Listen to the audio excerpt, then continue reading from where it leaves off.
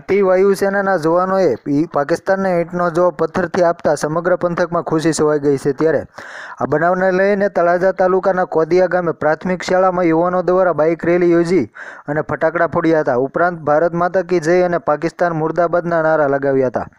આ કાર્યક્રમમાં જોડાયેલા બીકે આહિરે જણાવ્યું હતું કે આજના ભારતીય વાયુસેનાના જવાનોએ જે પાકિસ્તાનને ઈંટનો જવાબ પથ્થરથી આપતા અમુક હર્ષની લાગણી અનુભવી રહ્યા છીએ અને આ આયોજનમાં યુવાનો અને બાળકો મોટી સંખ્યામાં ઉપસ્થિત રહ્યા હતા।